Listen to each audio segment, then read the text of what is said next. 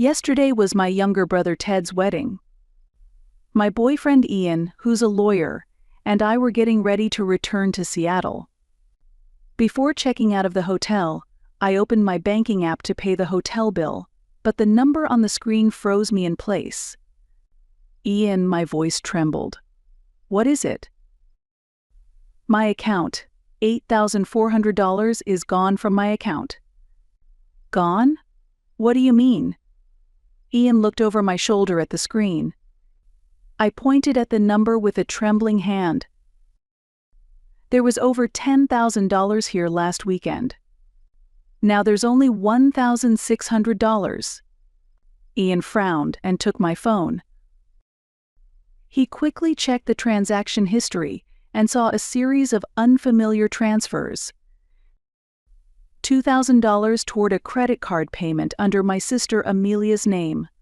$4,000 to an account under the name of her husband, Nicholas.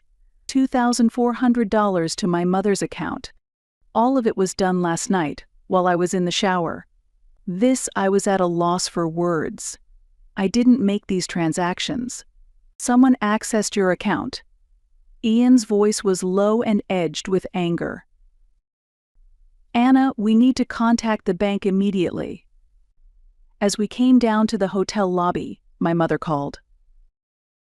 The timing was strange. Anna? Thank you for yesterday. Ted was really happy. Her voice was as normal as ever. Mom, I need to ask you something. I tried to sound calm.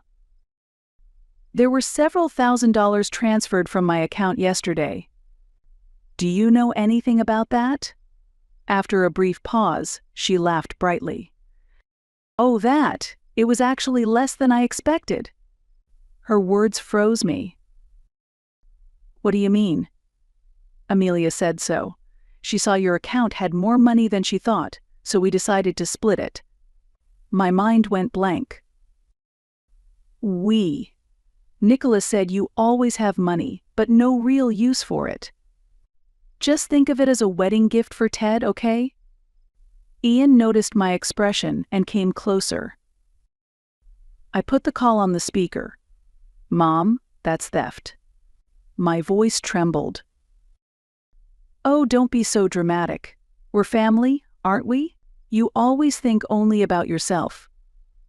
You're single and make a high salary, of course you should help your family. Ian took the phone from my hand. Hello, I'm Anna's boyfriend. What you've done is illegal. Withdrawing money from her account without her permission is a crime. Oh, the lawyer. Stay out of family matters, will you? Her voice grew colder. I took the phone back. Mom, how did you access my account? Ask Amelia. She did it. And with that, she hung up. We left the hotel and got into the car. Ian silently held my hand. Let's go to my parents' house, I said firmly. I want to hear the truth directly. 30 minutes later, we were standing at my parents' front door. Before I knocked, Ian placed a hand on my shoulder. Stay calm. Don't let emotions take over. I nodded and knocked. A voice came from inside. It was Nicholas. My father opened the door. Oh, Anna. I thought you were leaving already. I walked straight to the living room. Amelia, Nicholas, and my mother were there. Nicholas still had a smile on his face. I was sure he was the one I had heard laughing earlier.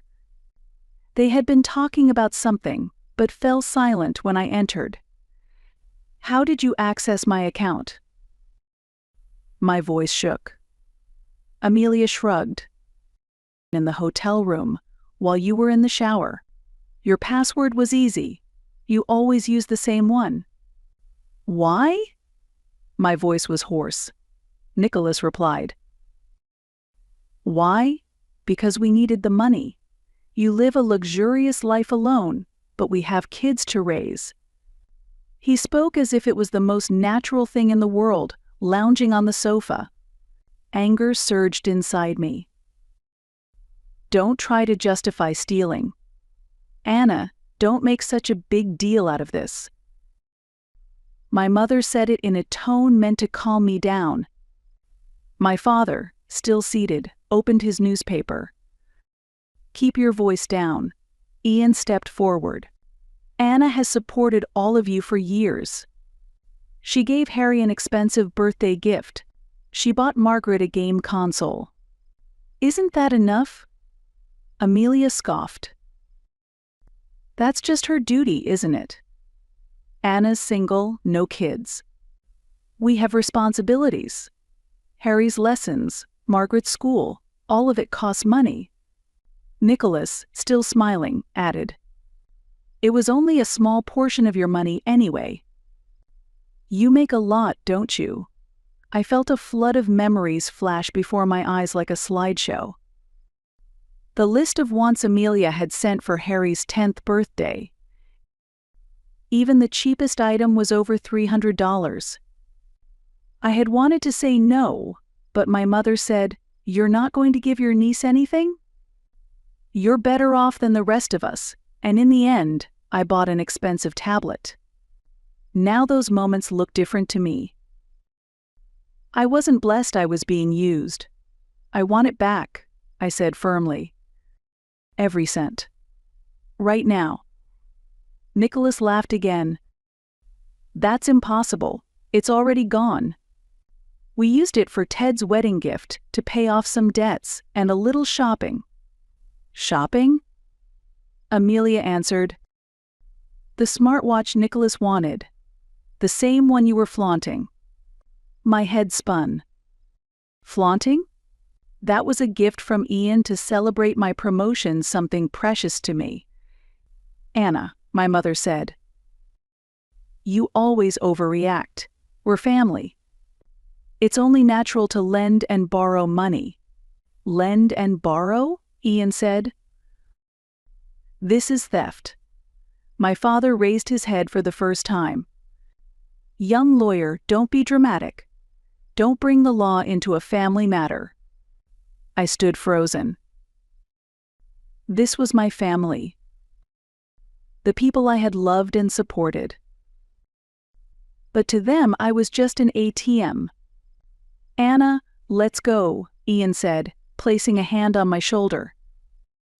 There's no point in staying. As we walked toward the door, Amelia called out from behind. Don't be so mad. With your salary, you'll make it back in no time. And we truly needed that money more than you. When I turned around, she looked like she meant every word. Not a trace of guilt. As if I was selfish for trying to protect my own money. Goodbye, I said.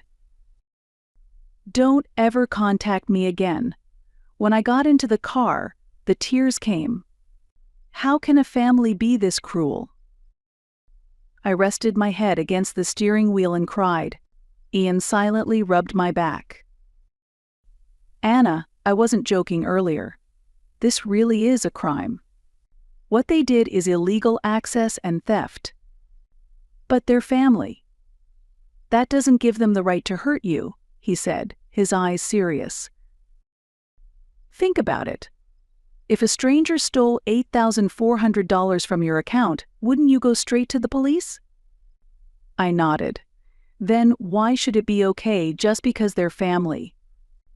If anything, they should be the ones protecting and respecting you. His words echoed inside me. On the way back, we decided to stop by Ted's apartment. He was supposed to leave for his honeymoon soon, but said he was still packing. When he opened the door, he looked tired. Anna? What's wrong? I thought you'd already left. What happened? Looking at my face, Ted seemed to sense something serious had occurred. $8,400 was stolen from my account. Amelia, Nicholas, and Mom and Dad seemed to be involved. Ted's face was drained of color. What? While I was taking a shower at the hotel, Amelia apparently used my phone to transfer the money. Ted silently held his head in his hands. No way, he was at a loss for words. I knew Amelia and Nicholas had been talking about money a lot lately. But I never imagined they'd do something like this. Mom and Dad said not to worry about it, because it was a wedding gift for you, Ian said quietly. Ted looked up, eyes filled with anger. I didn't know anything. I never asked them to do that. Anna, please believe me. I do, Ted. I'm not blaming you, I said, placing a hand on my brother's shoulder. What are you going to do? Ted asked nervously. I don't know yet, but I can't just let this go. Yeah, what they did was wrong, he said, choosing his words carefully. But if possible, please don't do anything that will break up the family. I'm not the one who broke this family, I said coldly. Ted gave a small nod. I know, it's just, he trailed off. Anna, we should get going, Ian said, trying to ease the tension. Ted walked us to the door and gave me an awkward hug. Anna, I'm really sorry. I wish there were more I could do. I gently patted his back. I didn't want to ruin your wedding. My wedding isn't as important as how you feel, Ted said, though his eyes showed hesitation. He was torn, wanting to protect me, while also trying to maintain his ties with the rest of the family. Back at our apartment, we sat in silence for a long time. Ian was in the kitchen making coffee, occasionally glancing at me. Feeling any calmer? He asked, handing me a mug. I nodded silently and said in a trembling voice, I can't believe this. That this actually happened. I never realized they were using me. Ian held my hand. Because you're kind. Because you trusted your family. But this time is different. They accessed my account without permission and stole my money. Ian thought for a moment. Anna, this is clearly a crime. You have the right to take legal action. You mean report them to the police? My own family? Yes, they're the ones who did something wrong. Not you. The next morning, Ian left early saying he had some things to look into. I stayed home from work and spent the whole day in the apartment. In the afternoon, Ian returned. Take a look at this, he said, carrying a large file. He spread it out on the living room table, materials on financial crimes, and a detailed guide on how to gather evidence of unauthorized access. I consulted with a colleague at my firm who specializes in financial crime, Ian explained. According to her, financial exploitation by family members is more common than we think. Single high-income earners tend to be targets. I flipped through the documents. Is all of this really necessary? They're my family. Ian looked serious. Anna, what they did was a crime. If you don't do anything this time, they'll just do it again. And next time it could be for even more. So what should I do? First, we collect evidence, he said. Bank statements, signs of unauthorized access, past transfer records, all of it. From that day on, I began reviewing my financial records for the past 3 years in detail. I sorted everything chronologically: bank statements, transfer records, emails, text messages. There's so much, I said in disbelief, opening the file. Just in the past year, the total amount I had sent or loaned to my family exceeded $15,000. The list went on and on. This isn't normal, I said as I looked at the list. This is one-sided exploitation. Another thing I noticed was the pattern in how they asked for money. They would start with sweet words, and when I hesitated, they'd say things like, "We're family," or "You're more fortunate than us," to make me feel guilty. And finally, they would end with blame. "You're selfish." It's mind control. Over the weekend, Ian brought over a lawyer friend. Her name was Sonia, and she specialized in financial crime. Anna, this is a clear case of financial abuse. Just because their family doesn't make it acceptable. But, think about it. If this were about Ian, and a stranger had stolen $8,400 from his account, what would you tell him? I'd tell him to report it to the police. And what if it were his parents or siblings? I fell silent. A crime is a crime, Sonia said. Being family doesn't mean they get a free pass. In fact, because they're family, it's an even deeper betrayal. Her words pierced my heart. Ian spoke quietly. Anna, I'll support whatever decision you make. But you're not alone. We're in this together. Because I love my family, I have to stop their behavior.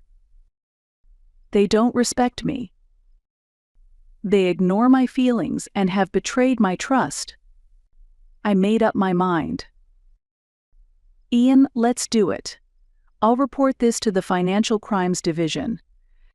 He exhaled with relief. You're making the right choice, Anna.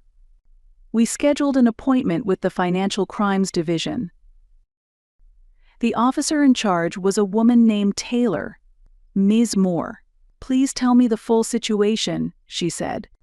I began explaining in a trembling voice what happened on the night of the wedding, the $8,400 that vanished from my account, my family's reaction, and the pattern of exploitation over the last 3 years. Taylor listened quietly, occasionally taking notes. Ian sat beside me, adding technical explanations when needed. Do you have any evidence? Taylor asked. Ian handed over a prepared folder. Bank records, evidence of unauthorized access, patterns of previous transfers, emails and text message conversations. After thoroughly reviewing the contents, Taylor looked up. Ms. Moore, this is clear evidence of financial crime. There are signs of unauthorized access, theft, and possibly long-term financial abuse. What happens next? I asked nervously. First, we'll begin a preliminary investigation. That includes interviews with involved parties, gathering further evidence, and verifying the legal criteria for the crime. If enough evidence is found, we'll forward the case to the prosecutor. I took a deep breath. Will they be arrested? It depends on the circumstances. However, actions such as freezing accounts or seizing assets may be taken. The reality of the situation began to sink in. My own family might face legal consequences. Are you having doubts? Taylor asked gently. I shook my head. No, it's just they're my family. Ms. Moore, she said seriously. One of the most common cases we handle involves financial crimes committed by family or close relations. You are a victim. Please don't blame yourself. Those words felt like something inside me had been released. I was a victim. And victims have the right to seek justice. Please proceed with the investigation, I said with resolve. The next morning, my phone was flooded with text messages and missed calls. All from my family. The first message was from Amelia. Anna, did you really report us to the police? They're saying our accounts might be frozen. I can't pay Harry's tuition or take Margaret to her dance lessons. I can't believe you do this to us. Next came a message from Nicholas. And then one from my mother. Anna, what have you done? The police came to the house. What will the neighbors think? You've brought shame to this family.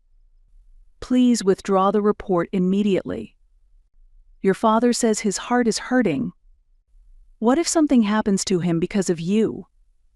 I replied with only one line. That's your own doing. I don't care.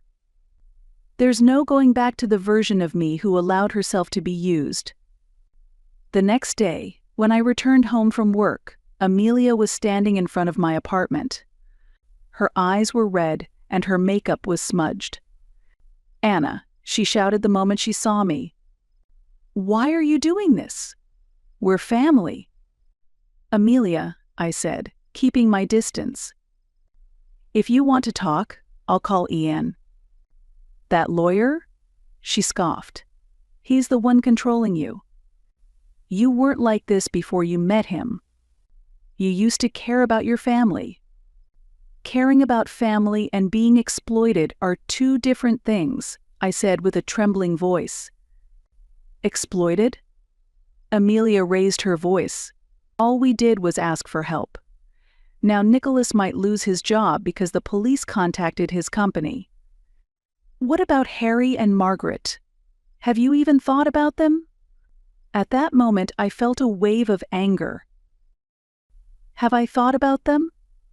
I've always thought about everyone else. But did anyone think about me? When you stole money from my account, did any of you think about me? Amelia took a step back. For the first time, I saw fear in her eyes. You've changed," she murmured. "That's right. I have changed. Because I'm done being used."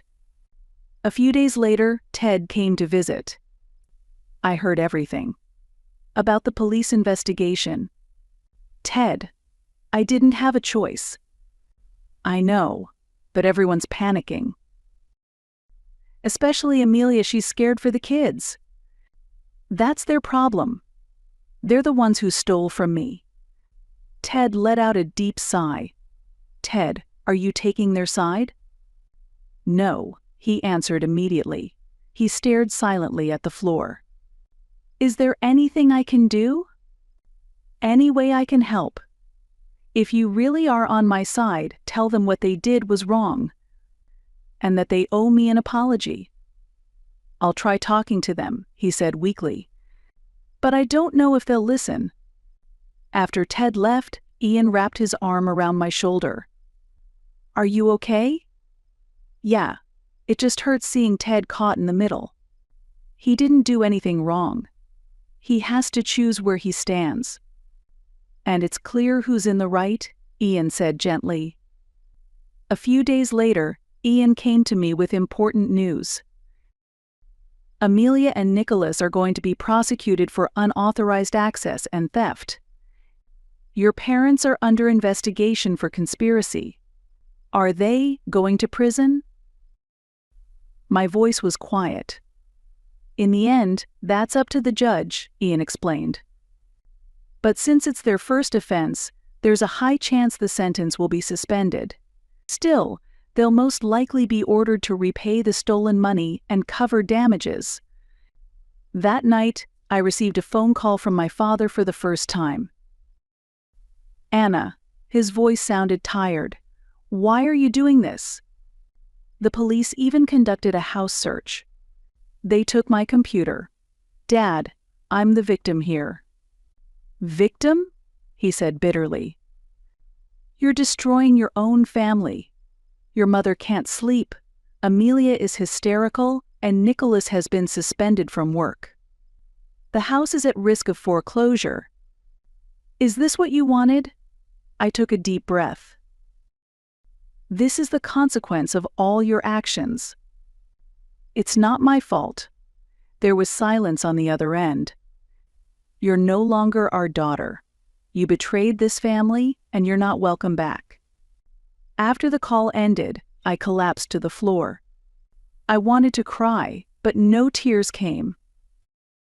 Instead, a strange sense of release spread through my chest.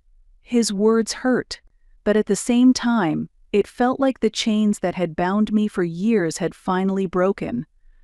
That weekend, Officer Taylor contacted me again. "Amelia Walker and Nicholas Walker have been formally charged. As for your parents, due to insufficient evidence, they will not face criminal charges. However, they may still bear civil liability. There will be a preliminary hearing next week. After that, the trial date will be scheduled." She hesitated for a moment before continuing. Ms. Moore, have you experienced any pressure or threats from your family?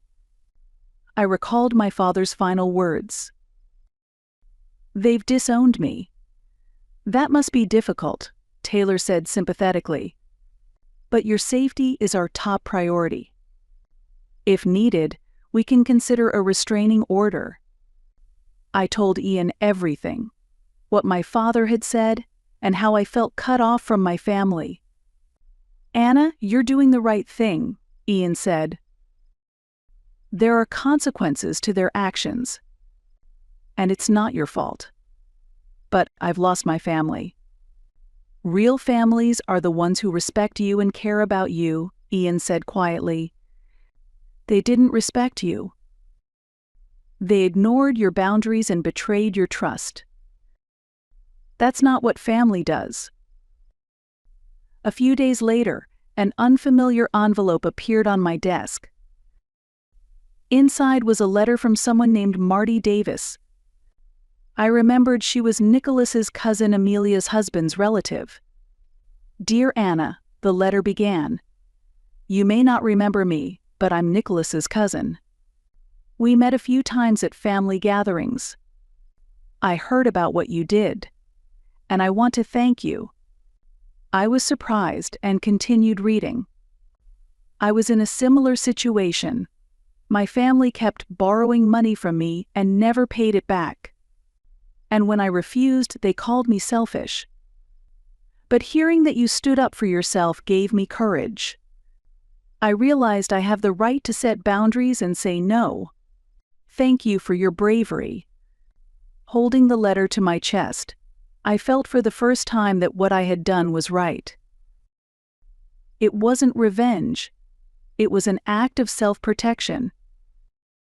And it was something that had empowered others like Marty.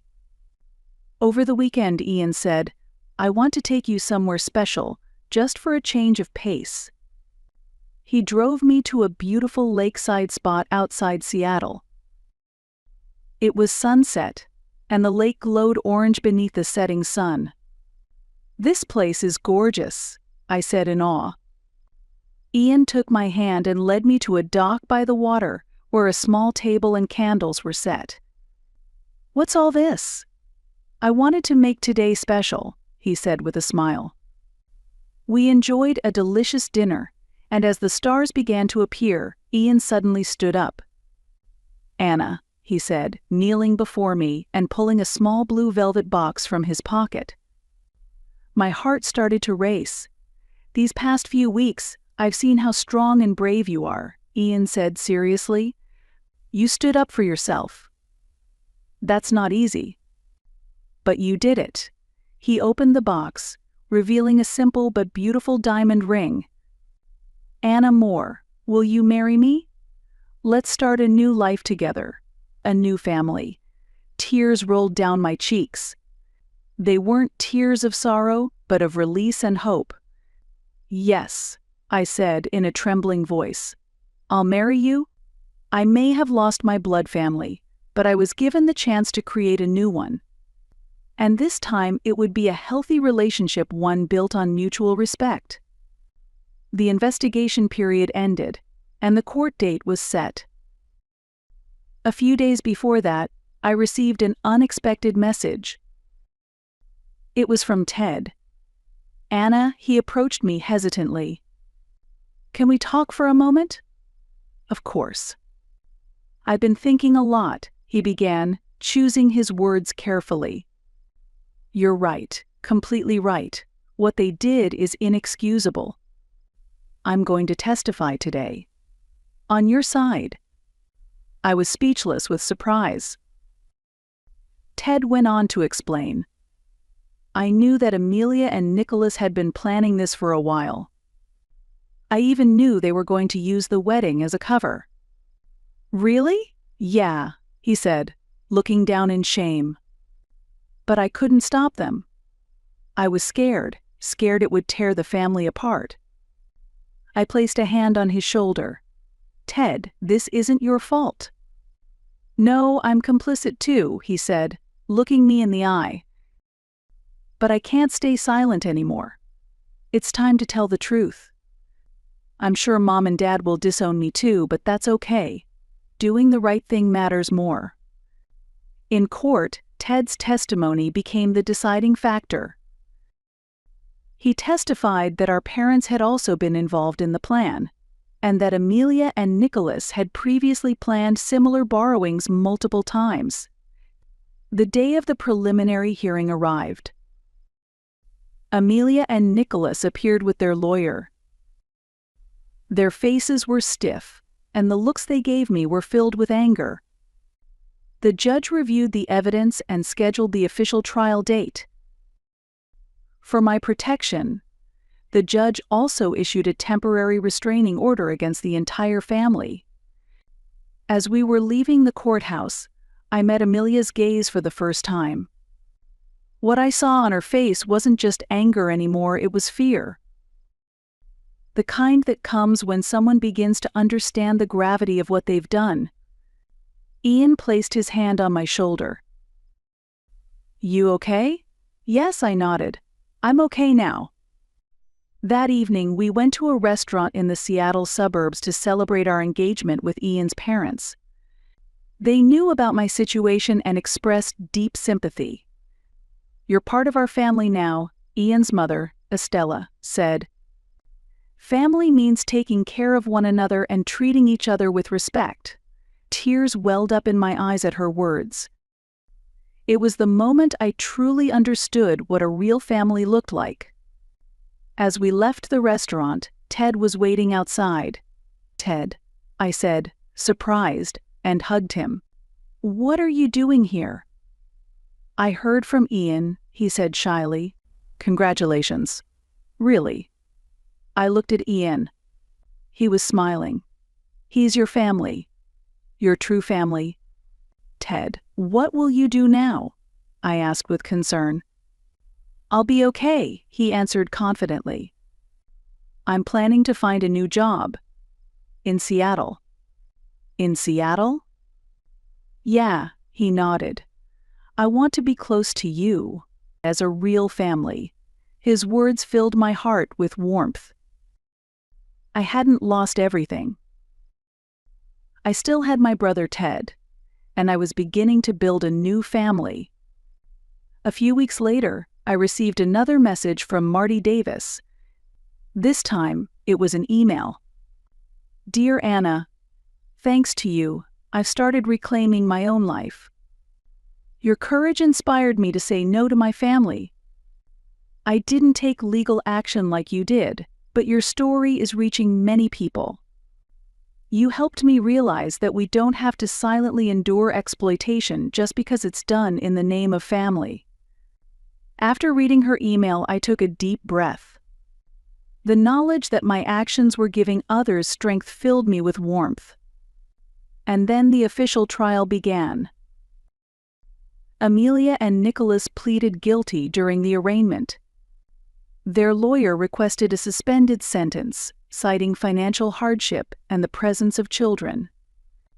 The judge considered all the evidence and mitigating circumstances before delivering the verdict. The defendants are hereby sentenced to 3 years of probation for the crimes of unauthorized access and theft. They are ordered to repay the stolen amount of $8,400 and pay $5,000 in damages for emotional distress. Furthermore, they must comply with a 5-year restraining order prohibiting contact with the victim. As I left the courthouse, I felt unexpectedly clear and calm. This wasn't revenge. It was justice. And it was self-defense. That night, the local news covered the case. Under the title, "The Reality of Financial Crimes Within Families," my case was introduced anonymously. It became a trigger for raising awareness about financial abuse committed by family members. After the broadcast, messages began appearing in my social media inbox. Strangers shared that they, too, had suffered in similar situations. "Thank you for your courage. You've given me the strength to stand up," Messages like these poured in. Ian smiled beside me. Look, Anna, you're becoming a symbol of hope for so many people. 60 days passed after the verdict, and the payment deadline came and went. Then surprising news arrived. The court's orders had been enforced. Amelia and Nicholas's bank accounts were frozen. Some of their assets were seized to cover the damages. In addition, Nicholas's company terminated his employment. The reason was his conviction for financial crime. According to one of Ian's colleagues, their house was now at risk of foreclosure. Because of the court's enforcement, they could no longer pay the mortgage. The day after the restraining order was issued, more news broke. Nicholas had been officially dismissed by his employer due to the criminal charges. Ian's colleague also told us their house was in danger. With their bank accounts frozen, the mortgage could no longer be paid. Apparently, my parents were facing similar circumstances. Hearing all this, guilt briefly flickered in my chest. But I quickly recalled Ian's words. This is the result of their actions. It's not your fault. At last, I felt like I had reclaimed myself. I could feel my life moving in a new direction, freed from the chains once labeled family. This time, I would build bonds with a true family,